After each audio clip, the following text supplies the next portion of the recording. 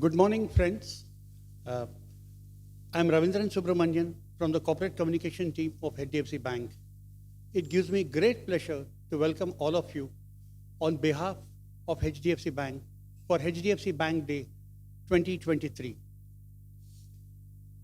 Today we have with us our senior leadership of the bank here today, and they will, of course, outline their vision and strategy for the bank for FY24 and beyond. In the very first session, you will get an overview of the bank's strategy from our MD and CEO, Mr. Sashi Jagdishan, our DMD, Mr. Kaizad Bharucha, our ED, Mr. Bhavesh Zaveri, and Mr. Srinivasan Vaidyanathan, our CFO. So, friends, now without much ado, I now request the four distinguished men on stage, the MD and CEO, the DMD, the ED, and the CFO to start proceedings. Thank you, sir. Good morning and welcome to all of you. It's always a privilege to meet you all after a long time, after I think meeting you all in a group like this after 1 year. You know, I've been in this meeting you all, meeting a lot of others in other areas of the world, but I think you guys are the most vibrant, I can tell you that. So kudos to all of you. It's now just another 4 or 5 weeks away before the big day is going to be happening, which is the merger with HDFC Limited. I think the team has been working hard in preparation for that. I must first thank the regulators, the government bodies, our legal teams, and the lawyers who have helped in executing this until now on time, or really nearly on time as expected. It's been a commendable job by all of them, and I'm grateful to all of them who have put in their hard work into that. We've also established a kind of an executive integration committee meeting chaired by Kaizad and from the bank side and Mrs. Karnar from the other side. And I must say that with the Apex committee and many sub-operating committees, I think we have come a long way in terms of ensuring a very seamless integration. Though, of course, the real work starts when we announce the date of the merger. But a lot of background work has happened, and we are quite excited about the progress, and we are all eagerly waiting for that D-Day when we can really unleash the purpose of the merger. Before we come to the bank as such, I think you're probably more aware of the macro and what's happening in the system than I do. So I will just skirt it as quickly as possible. We still believe that with all the ups and downs from an external factor, but global economy that's going through a little bit of a stress, the kind of volatility in input and commodity prices, largely on account of fuel. Still, India has demonstrated, not just in the last year, but also through the COVID, we have been a very resilient economy. We continue to be the fastest growing, and we will be one of the fastest growing over the next 4 decades, is what a lot of experts have predicted. And I very strongly believe from the kind of energy that we see at the ground level. I think the system continues to be underserved and underpenetrated, and that's what is the joy all about in terms of the opportunity for financial services. I think post-COVID, most of the banking system or the banks have cleaned up their act, and they're all waiting to grow, and they have been growing very well. So the competition is extremely intense, and that's the opportunity for us. I mean, we try and ensure that we don't buckle under pressure. We continue to remain very solid in terms of balancing between quantity and quality. As you know, that's been our philosophy right through over the last 28 years, and that has kept us in good stead. That will not change, and that we have demonstrated in parts in the last 1 year as well. The whether it is corporate banking, you will have Kaizad and Nirav talk about the what's at the ground level. But I do see, despite all the issues in terms of high input prices, volatile profitability in corporate India, in terms of some sagging demand on working capital side or in deferment of private capex, still the team finds opportunities to try and have a balanced growth. While you may see on the top line and a very optical muted growth from the corporate side, in reality, actually, it's grown pretty well. They managed, or they have an art of balancing liquidity by selling off a fair amount of them through the short-term liquidity measures called the IBPCs, and sometimes even give up some of the assets, etc. But the core profitability continues to be extremely good from a wholesale banking perspective.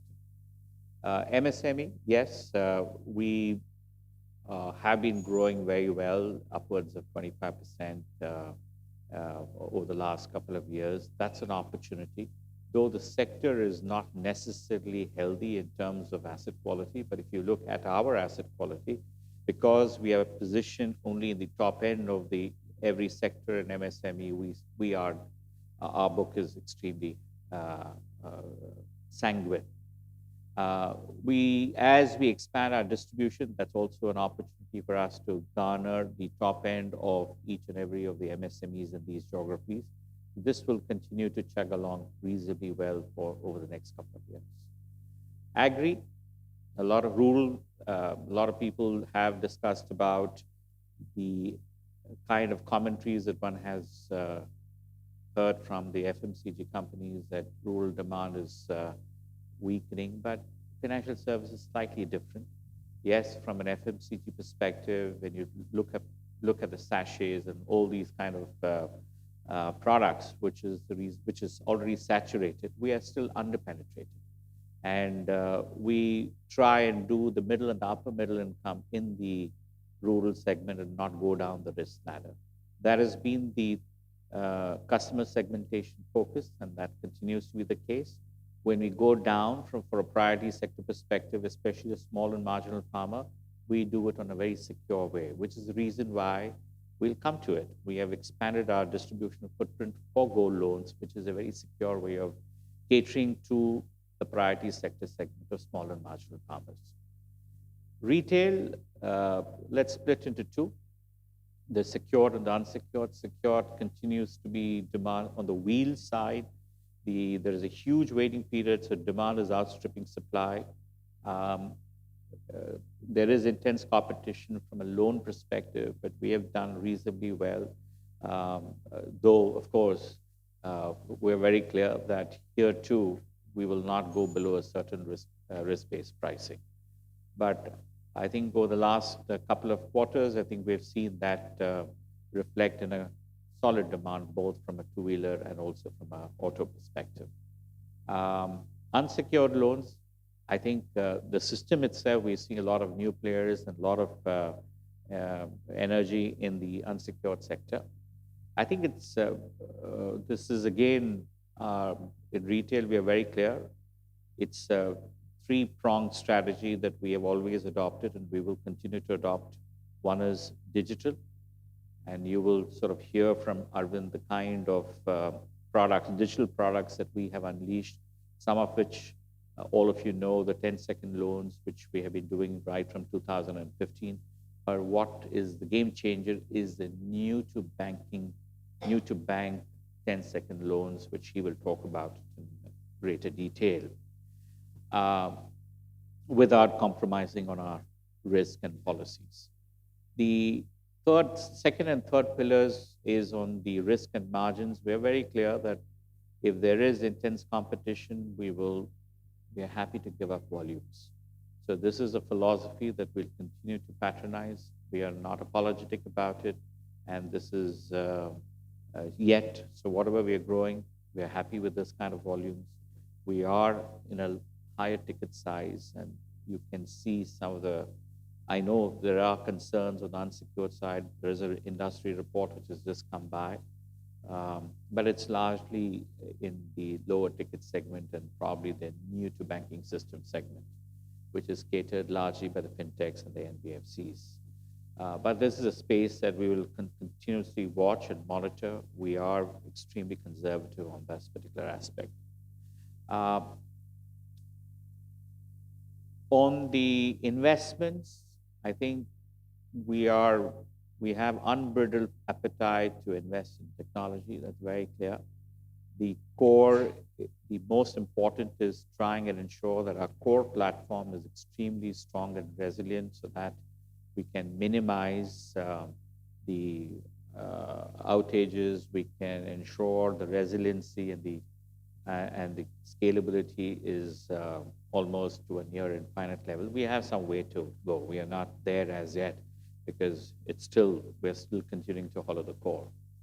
We're creating a factory for the middleware called the API factory, and that should be a game changer for a lot of things that we will talk about when we come to technology. On the engagement on the front line, I think we created digital factories in Mumbai, Bangalore, and Pune. I think we have come out with a lot of products. We have not sort of tom-tommed about it. A fair amount of which will excite the user experience. We're just wanting to get scale there, and once you demonstrate that this is good, customers are loving it, then we can sort of talk about it even in the above the line media as well. A fair amount of it, I think Ramesh and team will talk about it when their turn comes about. Second, as we discussed in the last year, strategically, we will be expanding our distribution footprint. We had laid out around 1,500 branches every year for the next 4 or 5 years, and that continues to be an important part. Not for anything, it's not going to help us now, but it will surely help us 8 to 10 years from now, because whatever investments we're doing is going to give us the results 8 to 10 years from now, because that's the opportunity to grow in financial services in India, and we don't want the future to be constrained. Whatever we're going to be growing now is for the past investments. Srini and team have mentioned it to all of y'all that we still have a large number of branches which are still young in vintage. 60% is less than 10 years, and that's when you start to see the geometric progression of the primary banking moving to us. So investments in distribution is going to be a cornerstone of our strategy. Talked about productivity and efficiency. As I said, whilst we are investing, we're preponing expenses. You will see a little bit of a spike in the cost to earnings from an Indian GAAP perspective. But if you were to, with the merger, I can tell you with the digitization, with a lot of things that are happening at the back end, which is not visible to you, which we will talk about it, I think the cost to earnings will have a downward glide path over the next 4 or 5 years, and then 8 to 10 years. I don't know where we are at about 41%, but I'm telling you, this is one number that I'm very confident and we will work towards, is that in 8 to 10 years' time, we should be less than 30%. And this is not something that is a wish, but it'll happen thanks to the kind of changes that we're going to be doing in the way we are going to be engaging with our customers, the way we are digitizing our processes, not just at the back end, but also at the front end as well. I think since I'm told that we have just about another 45 minutes for this, I will pause out here. We believe that we are all excited. We are all excited in terms of what the bank post-merger will look like. The power of the home loan product itself, it's going to change the way we engage with customers, because it's a very lot of emotional quotient, and it will sort of help us look at that as a hook product for a lot of our interactions with our customers. The second is the power of the group. Frankly, we have not dimensioned it as much, but the kind of now we're all meeting the groups together, it's been an eye-opener. It's going to be something that I feel will really change the game for us, because we have never done that. For 28 years, we have looked at them as associates, but when we come together, I think this will be a game changer, and we're quite excited about that. And it's not just on the retail side, but what it can offer on the corporate side, the MSME side, and the retail side together is something that we can harness a lot more out of this distribution network and this large customer base the bank provides. So, and also, I mean, today we are about 82 million, but when you look at the unique number of customers across the group, I think it's about 100 plus million. So there is a 25 million odd where we probably have not even penetrated much. But we will get to know more about it post some understanding of the customer data and profile. And that is, we're eagerly looking out how we can work together as a team and then sort of unleash the power of the group together. Lastly, and the most important is our priorities. If we have to convert this or make this organization into a 100-year-old organization, there are only two things that's going to be the game changer. People have talked about what is not easily replicable of HDFC Bank is our execution capability. And it's very difficult to articulate what that is all about. And I'll try and explain that. It's all about the culture, and it's all about the service-first culture to the customers. We are not perfect. We are not there as yet, but we are good. What we have built over 28 years, we are very proud of. But if we want to now move to the next level, I think we are all collectively trying to work on that employee culture. We have about, as we speak, about 173,000 people, out of which about 18,000 people are the supervisors, about 7 to 8 layers of supervisory architecture. If the 18,000 people with a span of control of 8 to 10, if they try and ensure that they are able to create a great working environment for the 155,000 people who are the breadwinners of the organization, frankly, it will create a great environment for that people who are facing the customers to bring about a service-first culture. That is what we are focusing on. And the way that we are now trying to look at customers, there is a perception that we are more a sales-oriented organization, and we're not apologetic about it. There is a fair amount of good standards that we have laid even in service. Otherwise, we would not have grown thus far over 28 years. But if we now have to move to a new level, we have to internally raise our benchmarks, and that's exactly what we are trying to do.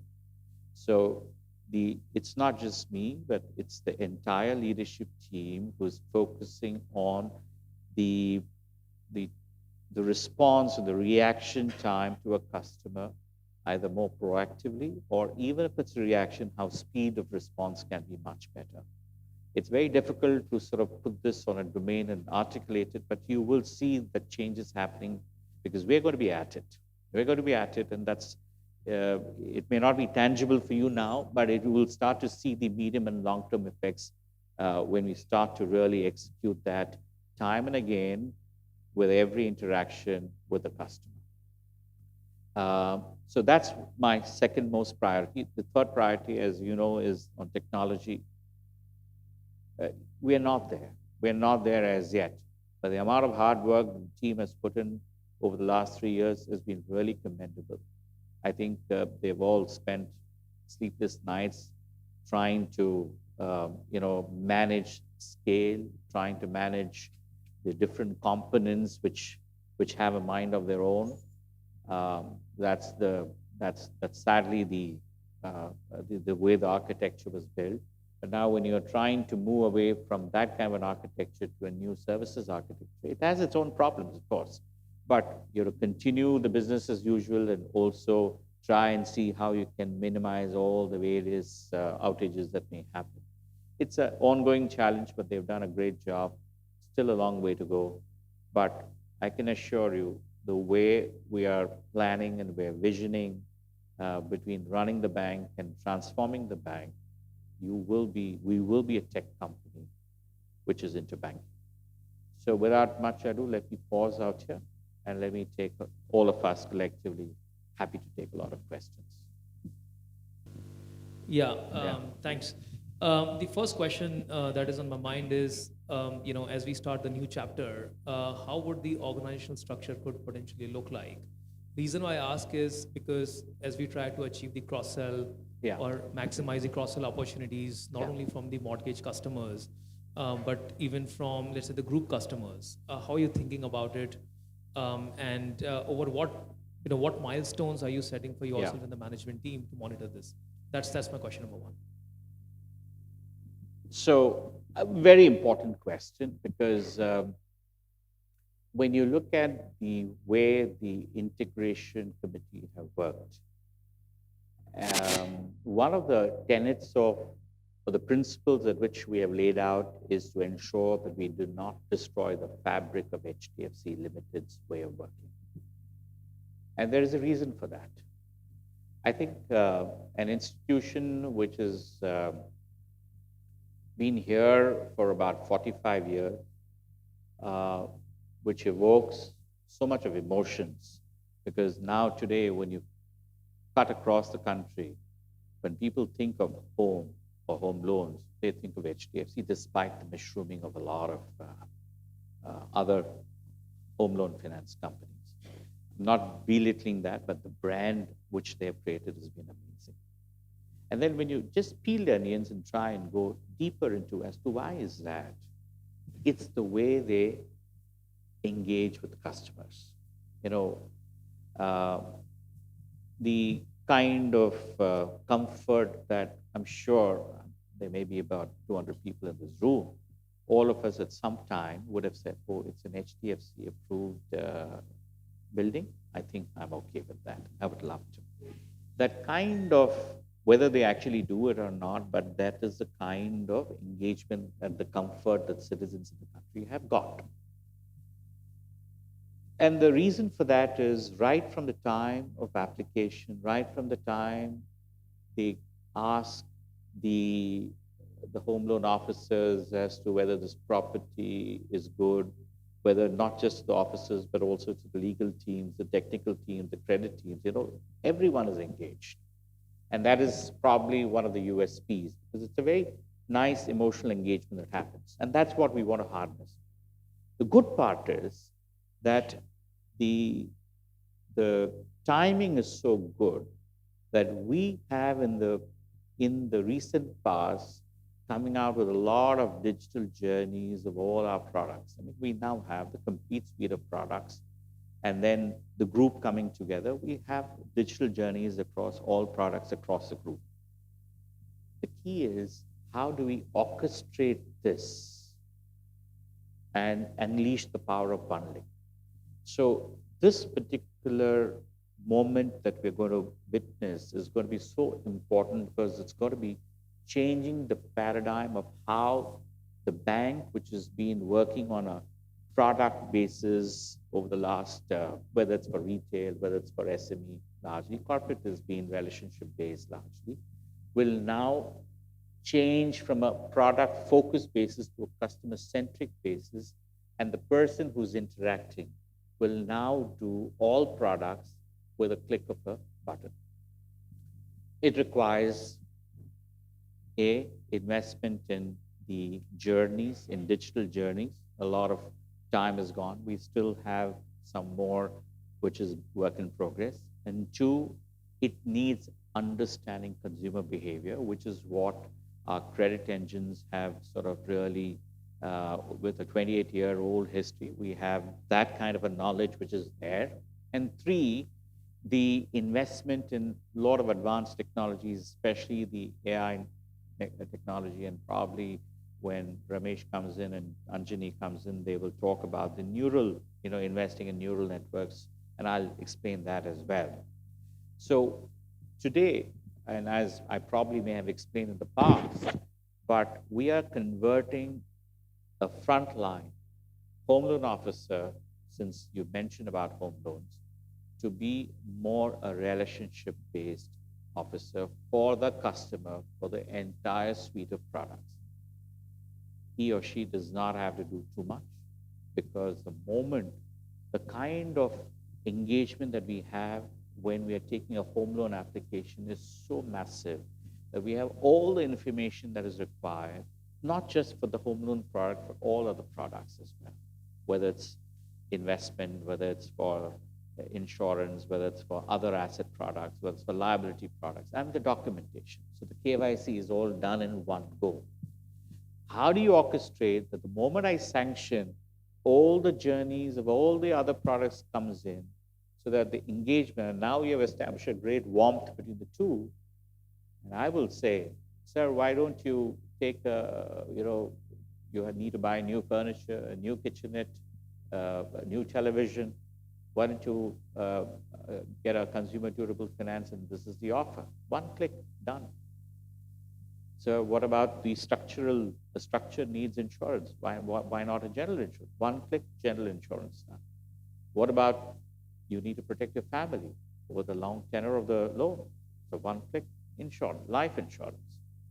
So if I'm sure the head of risk is out here, he will be more than happy to give a credit card to a home loan customer who's taking a 50 lakhs or a 2 crores or 5 crores, for sure.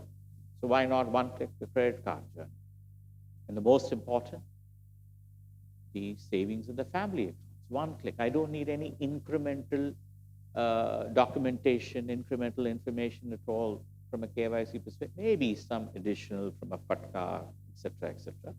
Otherwise, just imagine the power that is there on fingertips for that particular home loan officer through digital journeys.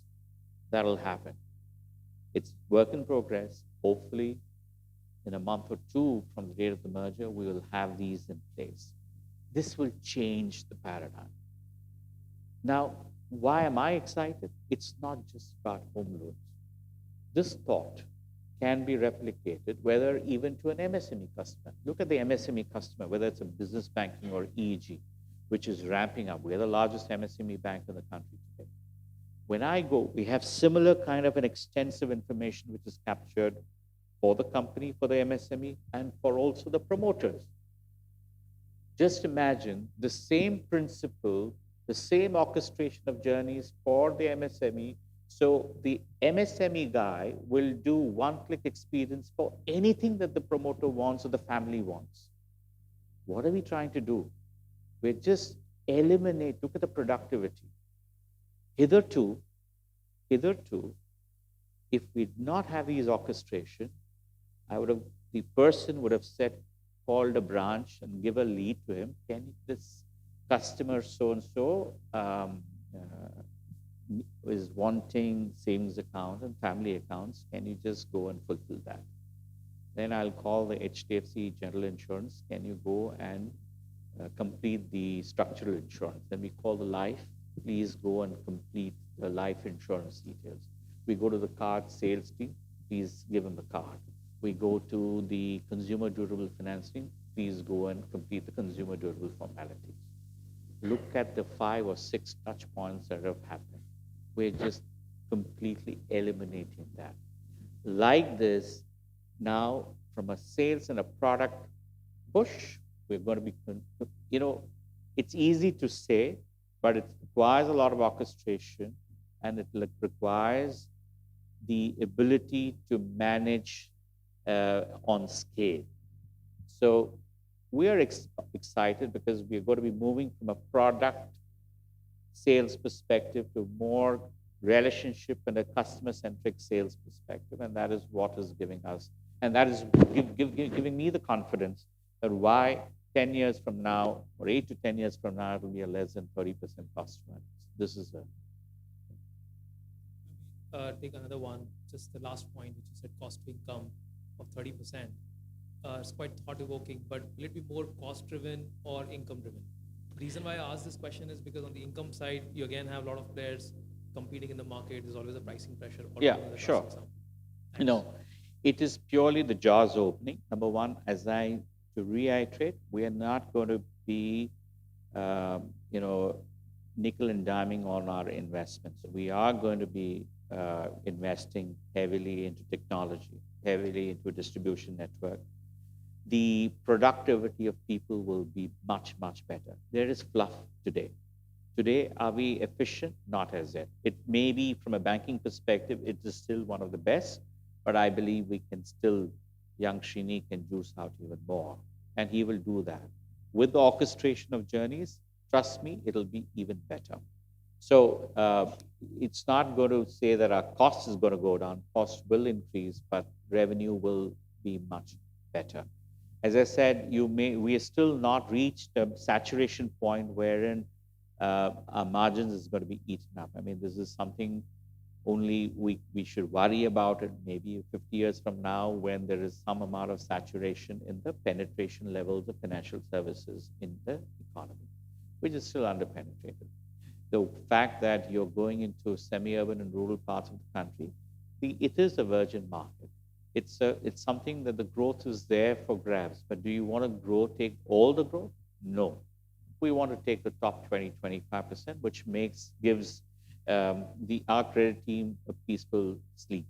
So I don't see when we say the cost to earnings is coming down, we will see the jaws opening up as the operating leverage starts to kick in, but not your expenses will continue to grow. Hello, sir. This is Shantanu from BNP Paribas. Thank you for the opportunity. Just one Shantanu, thing I where are wanted you? to... Yes, Yeah. sir. So just one thing I wanted to ask you. If I look at the last financial year, and in fact a little bit beyond that, the deposit mobilization performance of your bank has been nothing less than astounding, at least to me.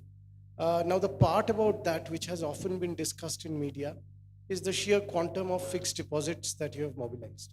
I would like to focus my question on the other part of the equation, which is CASA. Yeah.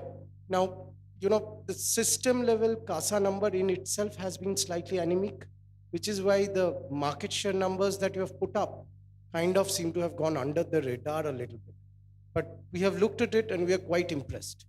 My question to you is a simple one. What has made you gain the kind of market share that you have, which is, almost double your normal run rate in the last 12 to 15 months in current account, savings account? You can break it up between, say, how much your branches has contributed to your mind, how much new digital forays have helped, and how much of it is cross-sell into the parent entity and things like that. That would be very, very useful. Sure. Thank you. Yes, it's been pretty good. I think this is full credit to the team who really worked hard across verticals to do that. I think if you go back about a year ago, we did mention that we will start to work harder 1 year, even as the announcement of the merger started.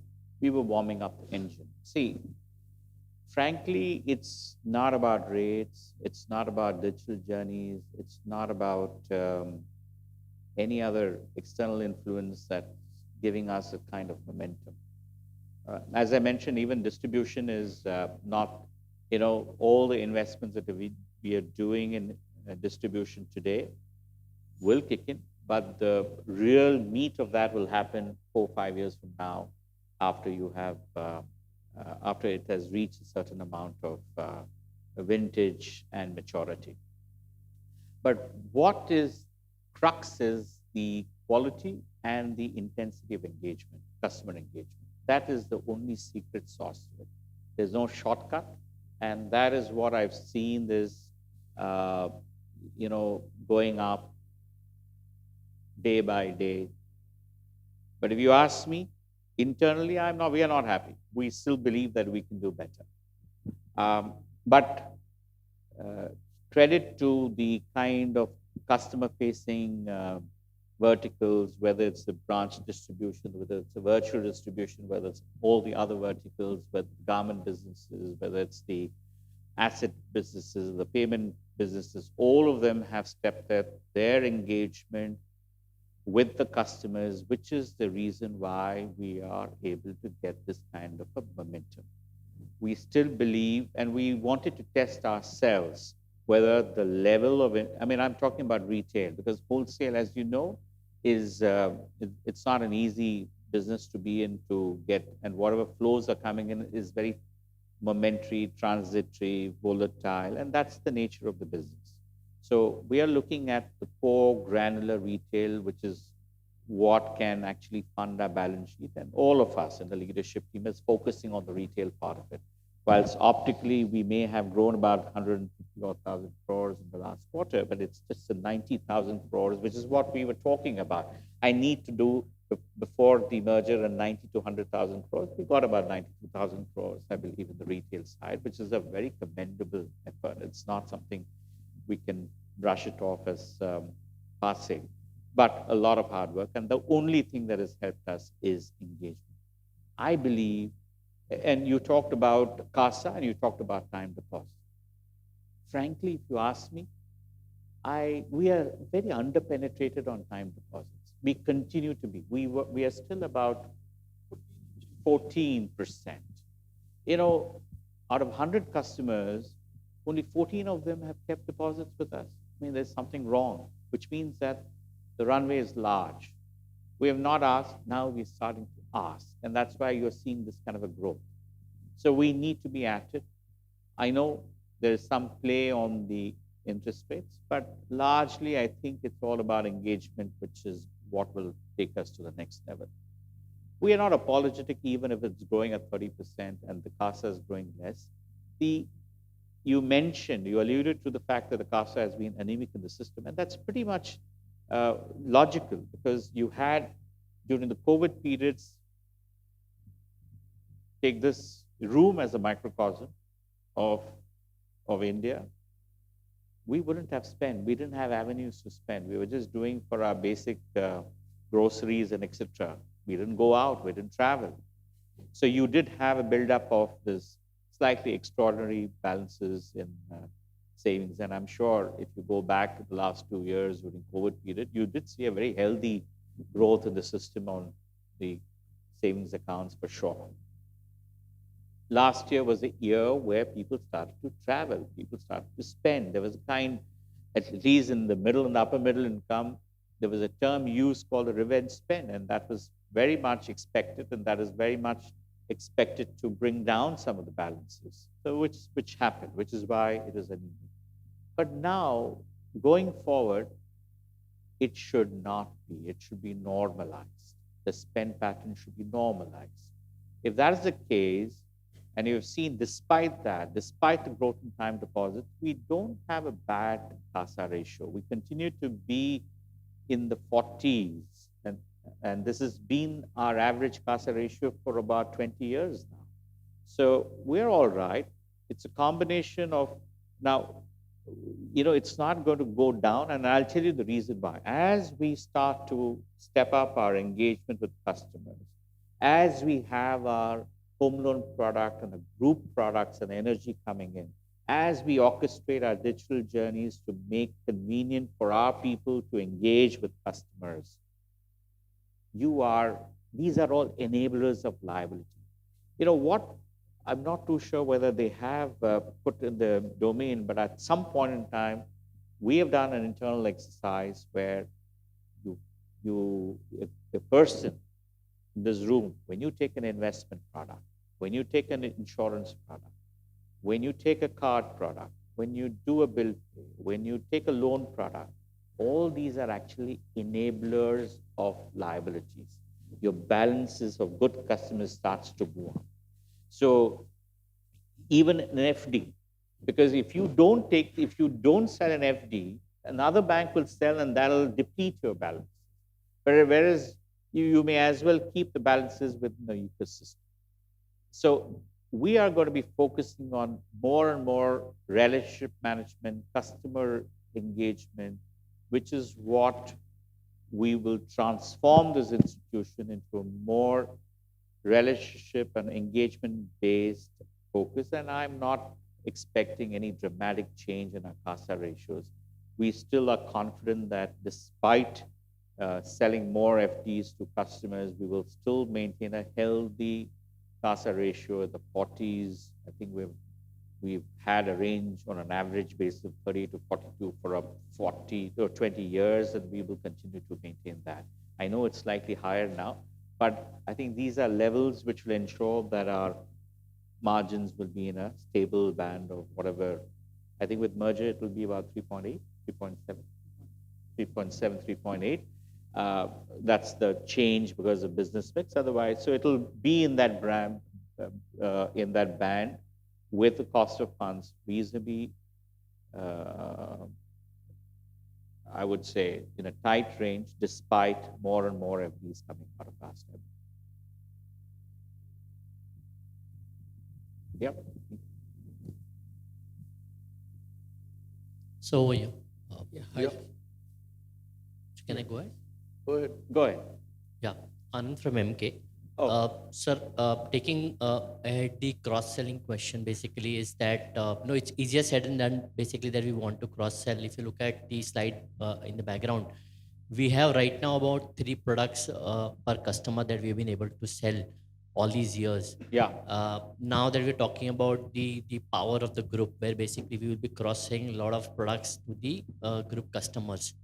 Already these customers are bankable customers. There are other banks who already penetrated into these customers. So one is that you will have to dislodge the other banks. So what is going to be the strategy for that? And basically, if there are the virgin customers that you have, basically, how many products that you intend to sell to those customers? I'm sure you would have the analysis like how many products are already sold to these customers and how do you want to take that forward? No. Third is that the existing customers that you have for the bank, where right now the product penetration is somewhere about more than 3x is what you're talking about, 3 products. So what kind of products, like 5 to 6 products that you're targeting, and within which it includes the liability products, asset side products. So which are those products that you would want to sell? So more detailed discussion on cross-selling is what I want to understand. So, see, number one is it's not our culture to dislodge anything for the sake of pushing our product. I mean, that is the last thing that we would do. You look at I think I see some data which is there behind, which shows very clearly, despite being the market leader in credit cards, despite being the market leader in asset X mortgages, and of course, you know about mortgages as well, and insurance, and you take the mutual funds.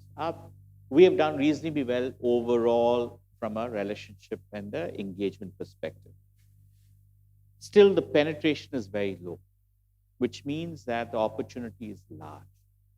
See, one of the things that we have realized is, I mean, this is not new. I would say around 2010 or 2009, 2010, we said that we will not force a product push to a customer because we want to do it. We came out, we invested in advanced technology, in analytics, in now more AI-based analytics as well, which will ensure that whatever we sell is need-based. And that is something that we will not compromise. So if I know that he is a customer who does not have a need, we will not push it forward. We will sell only, we believe analytics is showing that there is a need.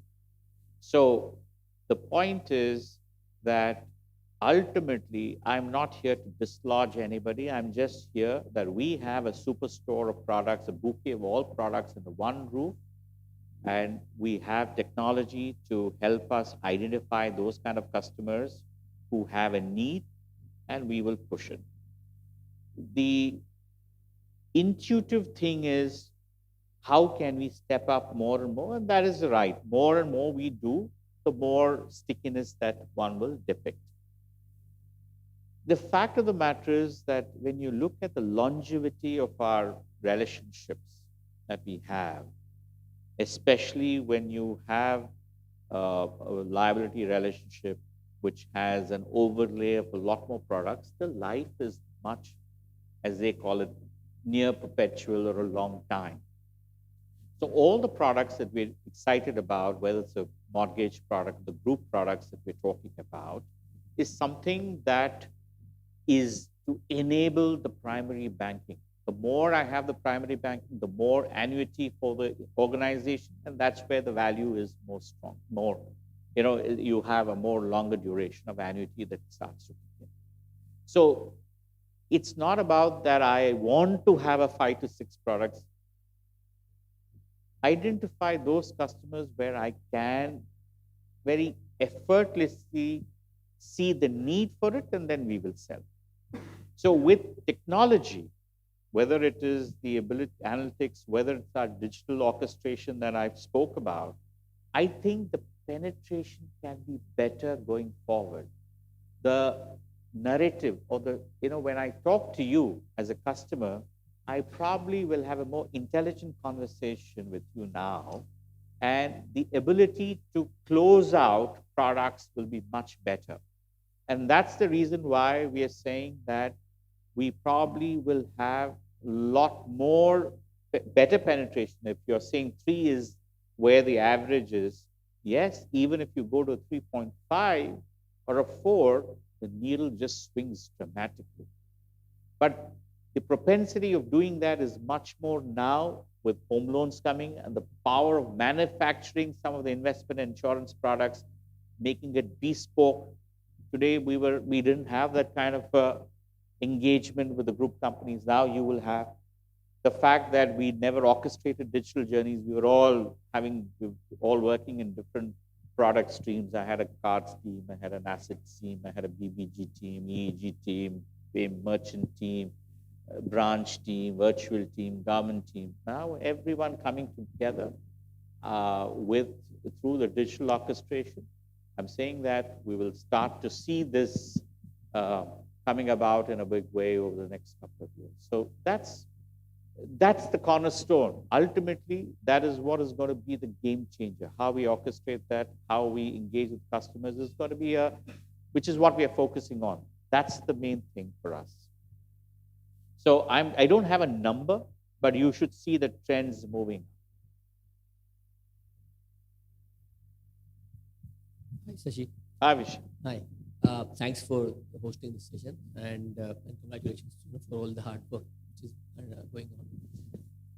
Question for next 3 to 5 years, especially given the landscape actually has changed. So what has happened in last 6-7 years is bulk of the banking system was suffering through NPA cycle, Right. capital, etc. Now clearly they have appetite to grow, as can be seen in the latest numbers. Almost all SOE banks are also growing 15% or 20%. Which basically brings pressure both on the liability side and also on the margins for us and our own relative size for the bank. Like now you would be like 13% of the system roughly.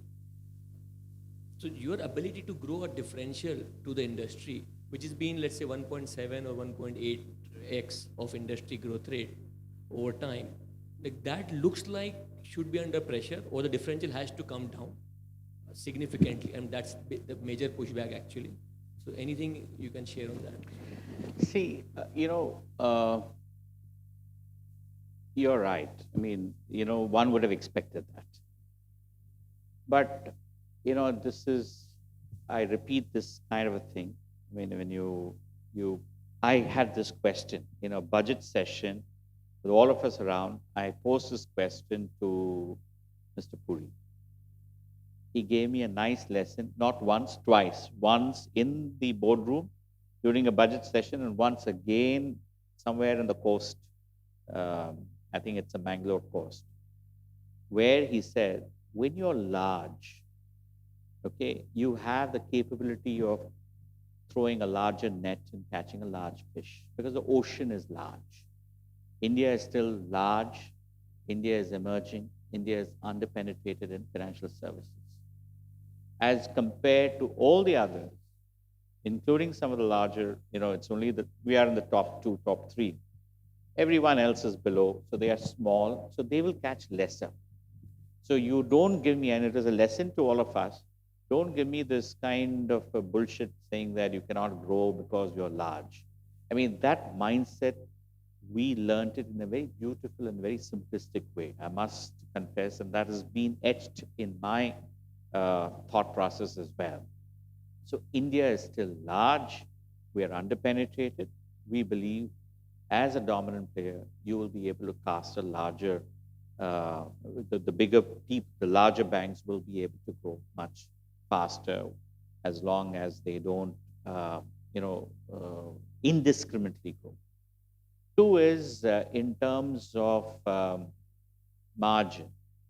The second aspect, if you look at it, our geography expansion has been not just concentrated in the urban and metropolitan locations. It's been to a large portion of the semi-urban and rural. We still have about over 50% of our branches there. Frankly, it's a virgin market. It's a lot of players are not present there at all. Um, it's it, at the same time, whilst the opportunity is huge, do we want to capture all? No ways. The credit guy will get a heart attack. We want only the top 20, 25, or 30% of the market there, because that may probably mirror the middle and the upper middle income segmentation, or the kind of segmentation that they are comfortable with. So it's a virgin territory. Look at the credit deposit ratio. So the opportunity, both from a funding and from an asset perspective, is very high there. Three, you talked about competition. Competition has been intense even during the last 5 to 6 years. And you may find it very counterintuitive, especially when they were going through a lot of bad patch. You may think that, oh, why am I saying that? One would have expected easy grabs for us. Not really. When you're under this stringent, during that period, where a lot of banks were called, what is that action? RBI action? What is it called? Prompt corrective, PCA. The PCA banks had a larger scrutiny, not just by their boards, but also by the regulator, who were monitoring daily on the basis. They had stringent measures to ensure that they had to meet, and because the regulator was also involved, it was extremely, the entire machinery was on their toes. Frankly, during that period, it is one of the most difficult to take away the best. See, we didn't want all the customers. We wanted the good customers.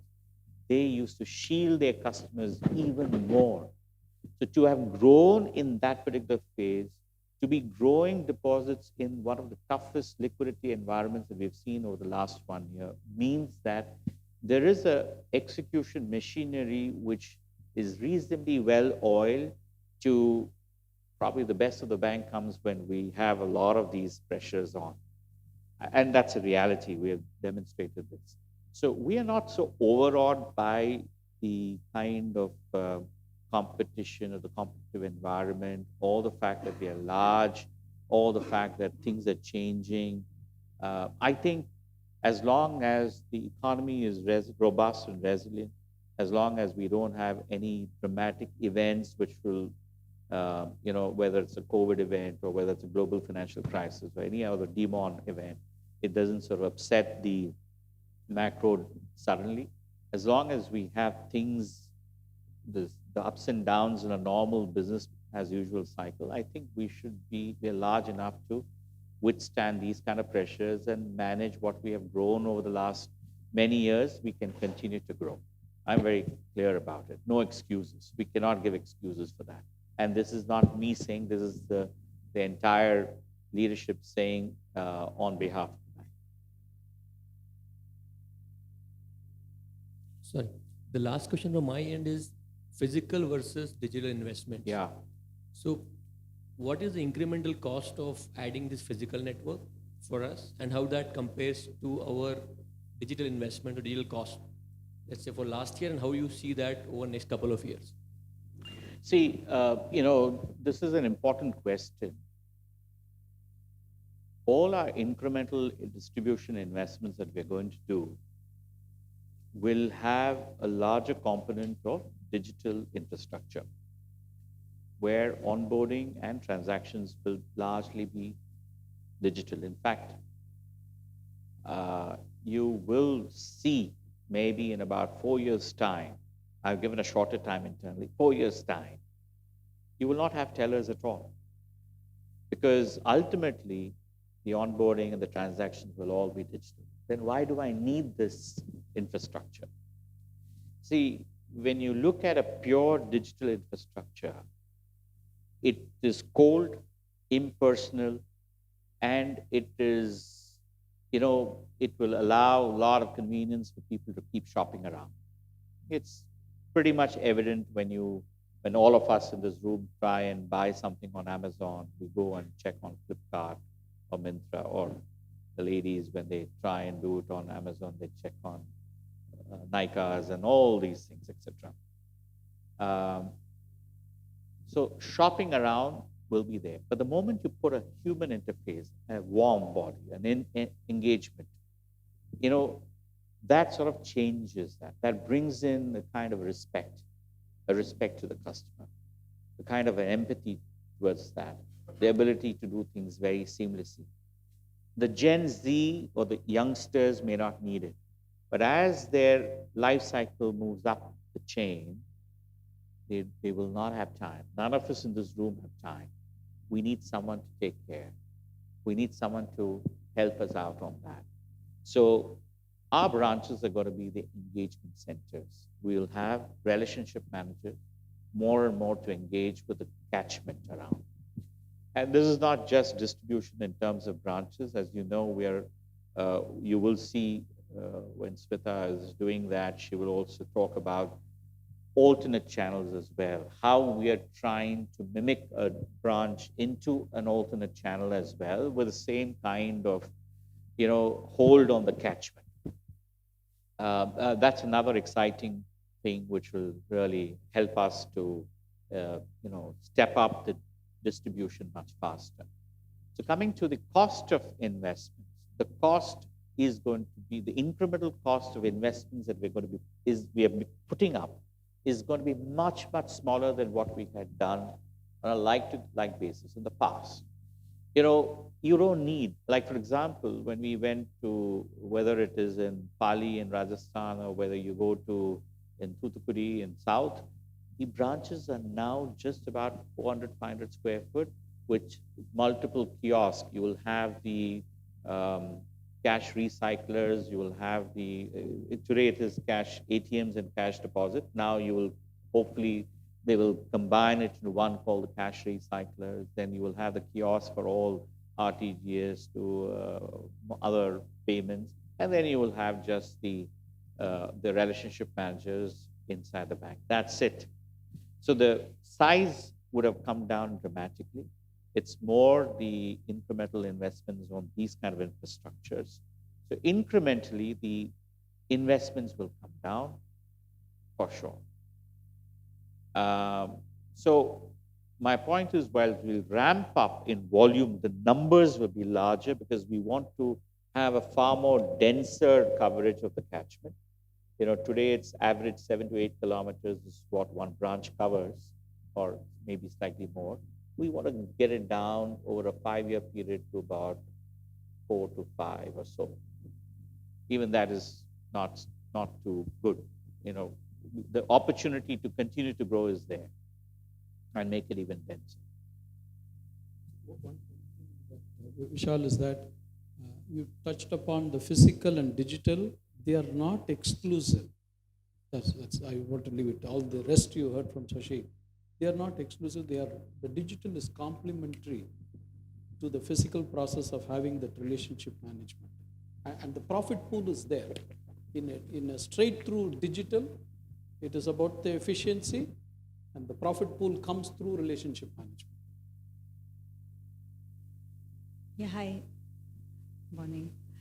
So my first question is on mortgages, because the entire merger, if you may say, is kind of predicated on that. We've seen a very good run for mortgages for the sector during COVID and even following it. And obviously, the long-term potential for mortgages also looks really strong, given the under-penetration. But given that a lot of revenge spending or a lot of pent-up demand has already been met, do you see the next 1 to 3 years as being slow off a low base, because already there were some complaints by some players on mortgages slowing down in Jan, Feb, and then they picked up in March.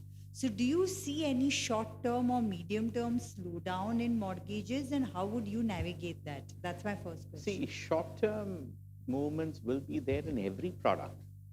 It'll be there in corporate banking, it'll be there in retail assets, it'll be there in unsecured, it'll be there in cards.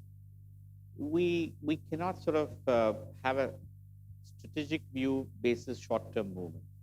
But the most pertinent part of what you said is that it's an underpenetrated market. So as long as players are able to tap the right kind of a segment without compromising on margins or risk, I think we should be comfortable. And that's where the distribution play will help. That's where the product, what shall I say, superiority will help. The brand recall will help. So if you ask me, we have not even leveraged, we have not even sold home loans in 28 years. We have only distributed the product. So the fact that the entire distribution will start to talk about it, that itself is going to be a game changer for us. And we are not talking that and because it's underpenetrated, we are going to be picking and choosing. So I have a slightly contrary view. Actually, you will see it's okay, even if short-term movements happen, even if there is a bit of a dip, it's okay. But the medium to long term, I think this franchise should be able to do much, much better than what we have ever done on this product over the last 28 years. And my second question is that you're the second CEO who sounded some caution on personal loans. I know it's not on your ticket segment. It's probably on lower ticket. No, I am not saying it. I just happened to read an industry report which talked about the same. It came about a couple of days ago, and it said that less than a certain ticket size, there is a bit of an issue. That's all.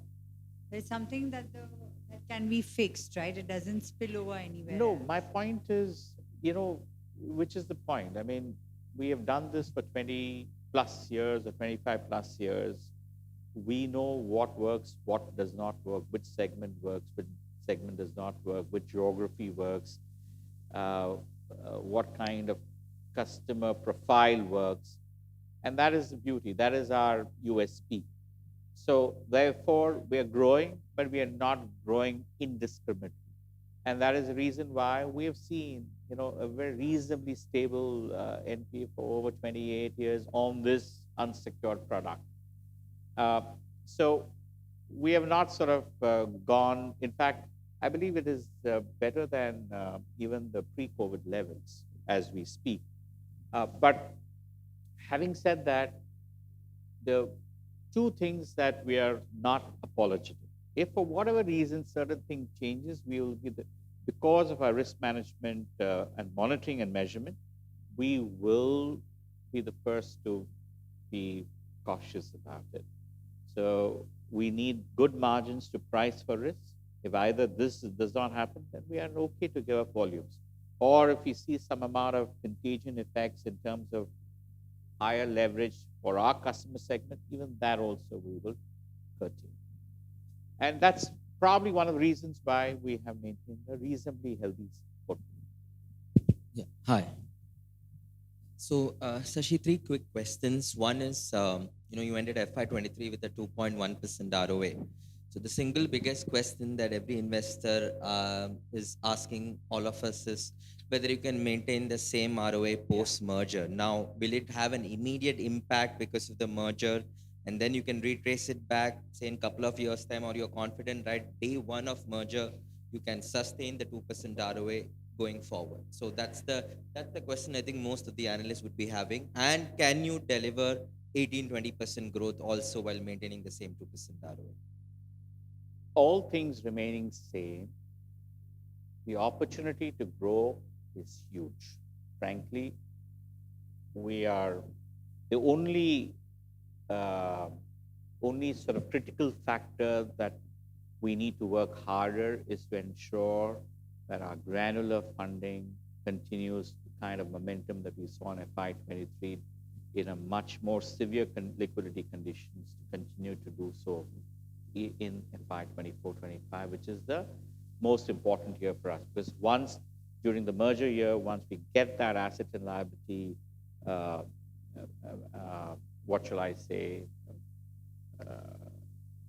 the merger impact of that in, I think subsequent years should not be a bit of a problem. So this is going to be very critical for us. We believe that whatever we have seen in the last 3 or 4 quarters in terms of the kind of engine, how it has generated granular liabilities, I don't see any reason to worry about why we cannot replicate it in FY24-25 as well, which means that the growth rates that we've seen in the past, which are without giving any future guidance, should be protected. 2, on ROA and ROE, yes, ROEs will go down. Let me address that first, because you will have a larger capital base, and that is something that is pure math. It'll take it's like capital raise. And so the same event will happen, but we are very confident that in about 3 to 4 years' time, we should, or even earlier, we can catch up to the pre-merger ROEs. On ROAs, I think a larger balance sheet, a lower margin, but a lower cost and a lower credit cost should enable us to maintain the similar levels of ROA even going forward, even from day zero, is what my belief is. But what we are quite excited about is that when we unleash the power of bundling, in fact, it should change the ROA slightly better. And that should start to be visible, not on year 1, but maybe year 2, year 3. So day 0, 2% ROA. Okay, fine. So that's clear. Why 2? We've given a band 1.9 to 2.1. Okay, that will be. We'll take that. The second question is on the liability front, right? So let's do the math here. So you have a 21 lakh crore of loan book. Let's assume hypothetically you want to grow 18 to 20%. That means you need about 4 trillion rupees of deposits, right? So it's pretty straightforward calculation. Now the challenge here is you're getting 6 trillion rupees of liabilities from HDFC Limited. Now, what is the path in trying to replace that with deposits? Of course, they do have 1.5 trillion rupees of deposits, but the challenge is the balance 4 or 5 odd trillion rupees. How do you manage to replace that with deposits in due course of time, or will it run like a silo, the same swap structures, the way the ALM of HDFC Limited is, that will continue in HDFC Bank for the foreseeable future? Yeah. See, we did not have too many long-term funding, which is why we didn't have to resort to too many of these,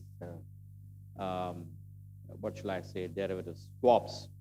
But having said that, if I'm now going to be inheriting a kind of a longer-term book, no reason why we will not continue. We'll continue. In fact, it's a great, it may not be, I'm sure you can ask Partha and Arup when he comes in. It may not have, the benefits would have not come in if you've done deals last year because the curves were not so, what shall I say, conducive for benefits.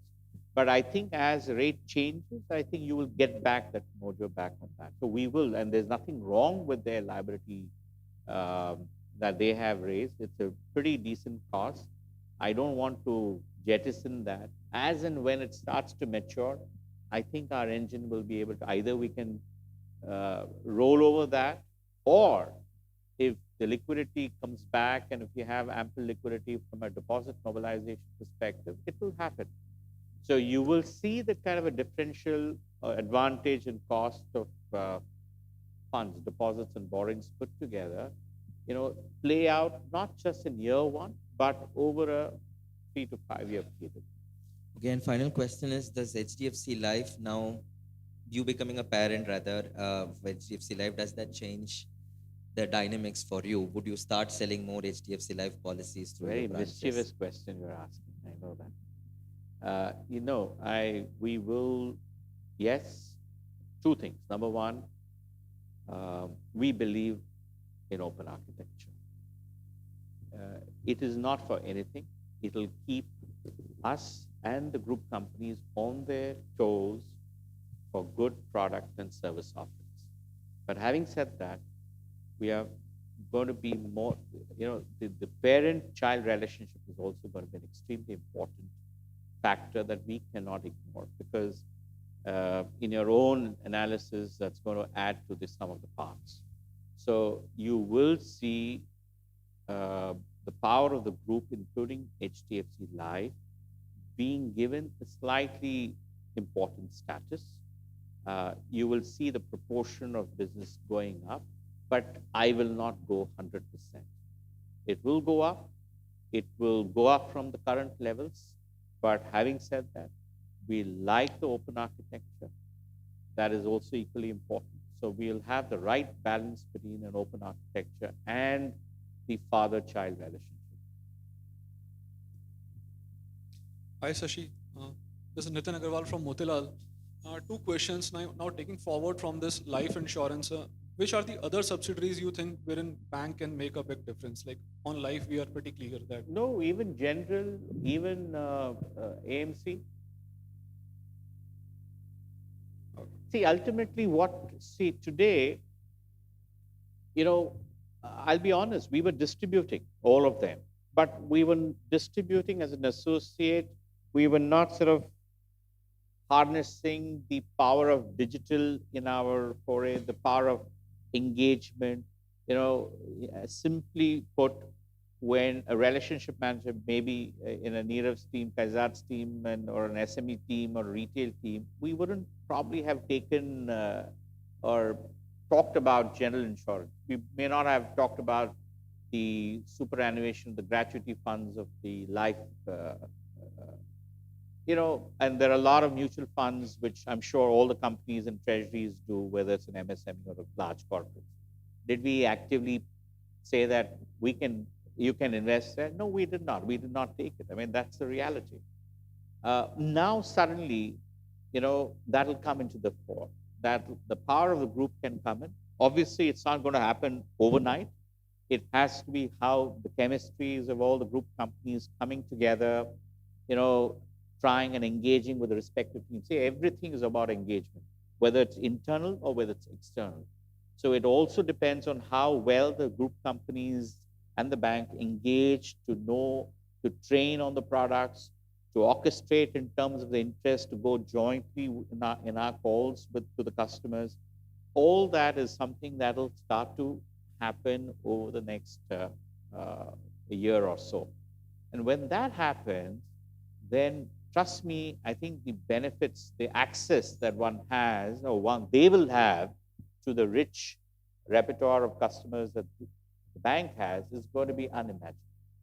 There will be a lift, for sure. And in this context, how do we look at our own subsidiary HDB Financial? What is our medium-term growth and outlook, profitability outlook on this company? It's a company that we all like, because it's a segment that we are not participating as a bank. It's completely a notch 2 level below the bank. So it's independent, run very well. They weathered the COVID period extremely well. Very proud of what they've done and what they're doing. We need to wait and watch. I mean, even the regulators were extremely busy on the merger and the forbearances, etc.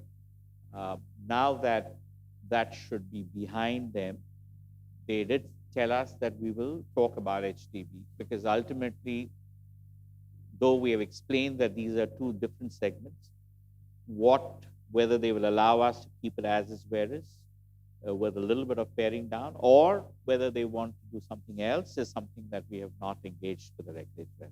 We will have to engage. And my other question is on the business mix. We have talked about retail, we have talked about MSME. Now with the merger happening and the mix of retail increasing, and traditionally we have always talked of a 50-50 mix between retail and corporate. Now retail mix is likely to go up a lot more. So will you look to step up the efforts on corporate banking, and what will be the revised business mix that you'll want to have? See, corporate banking, we have never, in fact, it's a misnomer saying that corporate banking has grown only now. It's been growing for the last 20, 25 years, steadily between 15 and 20%. It's just that retail has sort of been far more, what shall I say, optically more visible. And that's the reason why they believe that we are a retail bank. In reality, we are a very balanced. We are there in corporate, we're there in MSME, we're there in retail, and if you go back in history, I think all the segments have grown reasonably healthily with the same principles: your segmentation, the risk, and the margin. Anything which gets upset, we are happy to give up. Like in the last year, if there was, and Kaizad will sort of talk about it in detail in the next session, you will hear from him that if there are certain things which are not making economic sense, they are happy to give up. They've given up more than. So I'll just step in over here to how many crores you have given up? So if you go back and check Srini's commentary at the end of every quarter over the last financial year, and if you add it up and if my arithmetic is right, for our customers, for our quality of customers, so keeping that standard, we gave up close to 100,000 crores of opportunity of corporate banking assets in the last financial year, because we wanted to maintain a pricing discipline, which we did not find being adhered to in the market.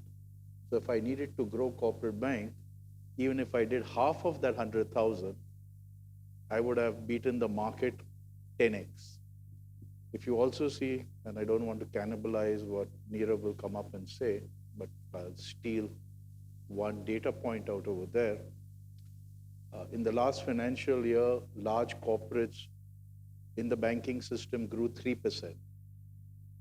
HDFC Bank grew 12%. If I had taken even a portion of that 100,000 that we let go, which met our credit standards, I leave it to you to judge where we could have grown if we just wanted to chase growth. So it's a good balance, as Shashi was saying, that we manage between asset quality, customer engagement, and pricing discipline to ensure that the corporate bank across ECG, corporate bank, ensures that we get the right ROAs as well as ROEs. And that's the model we've run through the years. Also, to repeat a point which he made, we've always been a bit in the background, but I assure you, we are a very strong contributor to the bank's overall balance sheet, whether on assets or earnings, or for that matter, even on self-funding on liabilities. Coming to self-funding on liabilities, they mastered the art. You may say on a point-to-point basis, you may see a muted growth. In reality, they've actually done a short-term liquidity measure in the form of interbank participation certificates. Today we have, as of the year end, about 60,000 crores, which they have sold. And it's a wonderful way of, self-funding. So effectively, it's a temporary way of trying to ensure that you're with the customer at the same time, trying to ensure that you churn so that you're not putting a drag on the overall funding needs of the institution. So therefore, don't go by the optical growth rates on corporate banking, because there is a fair amount of liquidity management that's also happening, which you need to look at it. Maybe the averages will show much better growth rates. Have a look at that. Thank you so much. Hi, Sameer from JM Financial. Just a quick question on the tier 3 to tier 5 center kind of distribution footprint. How does one look at the break-even of those branches, given that they are smaller in size, maybe lower OPEX? Does it break even earlier, or just because the pie is smaller, the overall number remains same? Sameer, you're right. The tier 3, tier 4 are the areas just outside of maybe the top 100 towns, the main ones, like, outside of Nagpur, the Yavatmals, and etc., or a Trichy, or a Thoothukudi, or a Tirunelveli, etc. I'm telling you, it's buzzing. The energy is there. So it's small, cost is low, but the break even of these branches are much faster. Normally, we would do about 18 to 24 months, but we are seeing in the tier 3 to tier 4 that actually the break even is coming slightly faster. Great. And would it be okay to disclose what would be the Metro and Suru deposit mix in our pie? You have that? What is No, it? we haven't published that. Okay. We'll look at it. Fair enough. Thank you. Sashi, morning, Manish from Access. So far, whatever we've heard is all positive. FY23 has generally been a great year for the banking system. At this stage, what are the 2 or 3 things which worry you the most as far as the bank goes? See, frankly, we are a large engine, an execution engine. Okay. Now, getting this engine of 7,800 branches, which is growing about 1,500, getting the 1,73,000 people with the same kind of a culture, getting our massive technology, which is one, running the bank and also trying to transform, getting it right. So it's all about the execution. It's nothing else. We have weathered multiple business cycles in the past. We have weathered even event risks in the past. I think the organization, no credit to me, but to all the people, the founding father, and to all the people who have built this over 28 years, I think have made a wonderful engine. So it's just that keeping that execution of the engine running that's the main risk. And in the past, we've had some challenges 1 or 2 times with tech outages, etc. Yeah. Now we are going to operate at a significantly bigger scale. Yeah. Whatever changes you implemented over the last couple of years, are you comfortable with your ability to execute at that scale? Yes and no. I think a lot of hard work has gone in moving a fair amount of our in the cloud. So from a scalability, availability, resilience is there, but it's not complete. It's a massive ship. So to move the balance applications onto the cloud will take a little more time. And that is something as per plan. But in this kind of an environment where we are dependent on multiple partners who have built our architectures in the past, now that we are moving away, obviously we have to keep them in good humor. These are some of the challenges. So we are better in terms of outages from where we were, but is it zero? No, it's not zero. We have not licked it as yet. We still have to, get our, but at least I can tell you the disaster recovery has been amazing. The orchestration that now the team does is very good. But do outages happen? It still happens. Is it something that is under our control? Partly, partly not. So these are the execution challenges that we are having. This is probably execution challenges even large entities in the world will have. I mean, whether it's a US bank or a Singapore bank, or you have the largest cloud service provider also, all of them go through outages as well. But I can assure you something, that as we are factoring in and as we are sort of investing in more advanced technologies, there will be an inflection point where we can, and I'm telling you this, there are 2 goals that Mr. Ramesh and company has. And one is he will yank the system and nothing will happen. Instead of someone yanking it, they will yank it, but the bus will move, the engine will move. The second one is we are about 4 nines today in terms of availability.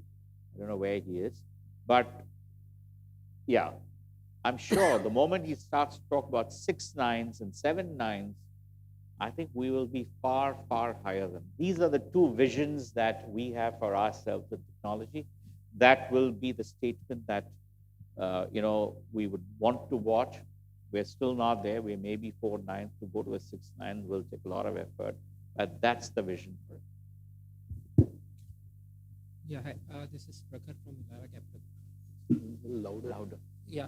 So just your thoughts on payment ecosystem. So when I look at one of the things wherein bank has been essentially a banking system has been lagging was or a late mover I can't was. hear you. Can you? Now is it better? Yeah, now it's better. So I'm talking more from a payment ecosystem. One of the segments wherein banks have been a relatively slow mover or let go of advantage that they could have had was on sort of payments sides of things. And there are a lot of entities that have mushroomed because of that. When I look at few slides that you have presented, the deposit side also, the customer base is maintaining 5.8 sort of on a deposit side. How do you look at this space and how do you look at opportunities from this angle? When you're talking about payment, it's because of the UPI apps? Yes. Okay. Yes, we all blinked. The entire banking system blinked. But having said that, I think the large banks have caught up on building an equivalent great customer interface or even better. We are also one of them.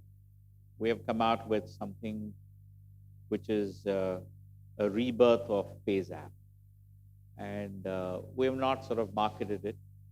We have just silently allowed people through word of mouth to start to download and use it. We probably today have about 2 million or 1.2 million customers on that as we speak. We just launched it about a few months ago. I think that's been our thought process that we should, like other banks, large banks, get back that mojo. Yes, but there's nothing lost because ultimately, even for the payment apps, whether it's a top three, which are ruling the roost on the payment apps, their business model is not there today. I mean, you know this much better.